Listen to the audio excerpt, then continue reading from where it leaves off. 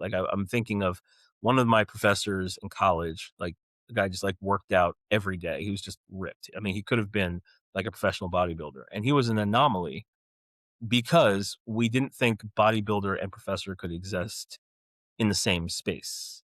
Like, as a professor, I remember times where I would be teaching a class and then I'd be out later on that weekend and I was grabbing a drink at the bar and one of my students would be there and be like, "Oh my god, what are you doing here?" I'm like, "What are you doing here? Like, you're a freshman. Like, I'm supposed to be like, I'm old enough to drink and you're here."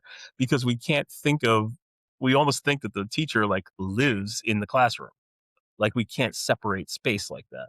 So I think that, being able to kind of combine different modalities is something that's jarring, but being jarring is good because it shakes people kind of out of their malaise and gets them thinking about what's possible. I am finally seeing where the dots join, and I like that example. I knew an engineer who was ridiculously perfect looking. So I think that happens occasionally and it does shock people. Actually, Matthew Hussey talks about the unique pairings off the top of my head. I think that's what it's called. So I think you are identifying the same thing. If there are two or three things being jarring, whether you are doing something shocking like bringing pets on stage or combining a couple of things together. My weird thing was that I went very health nut, and that was very unusual in a response to that old era of just dressing corporate and not thinking about looking after yourself. So it sounds like one of the things we can encourage people to do is to think of a couple of things they can combine in themselves that will make them a bit extra unique or help them to stand out a bit more. No, absolutely. I think that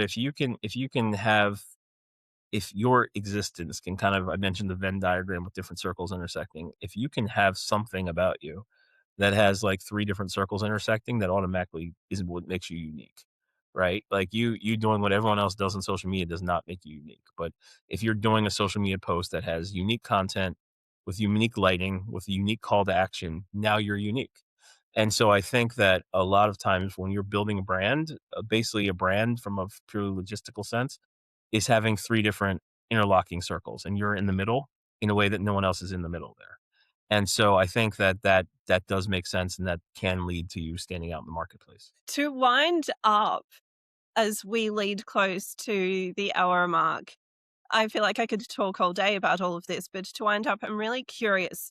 What are three things that everybody needs to learn and implement so that they can be speakers in this era? So number one, got to be authentic. You got to be you. It's not about you. Like if you're saying like, "Hey Dan, like I'm a homeless surfer," that's great, but just be like a super shiny version of a homeless surfer up there. Don't try to be corporate. Number two is simplicity. You want to make sure that whatever your messaging strategy is, if you think it's too simple, it's probably not simple enough for people to be able to hang on to it. And third, if you have visuals, visuals are just the salt and pepper on the steak. They are not the full steak.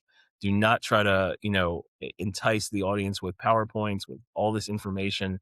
Like, just use something that makes you memorable. The visuals could be like what you're wearing. It could be something that's on stage. They can be, anything that separates you. So if you have the authenticity, if you have the simplicity, and you have the effective visual, then usually you're going to stand out definitely in the marketplace. That's great wisdom. Use the bells and whistles, but don't rely on it. Absolutely.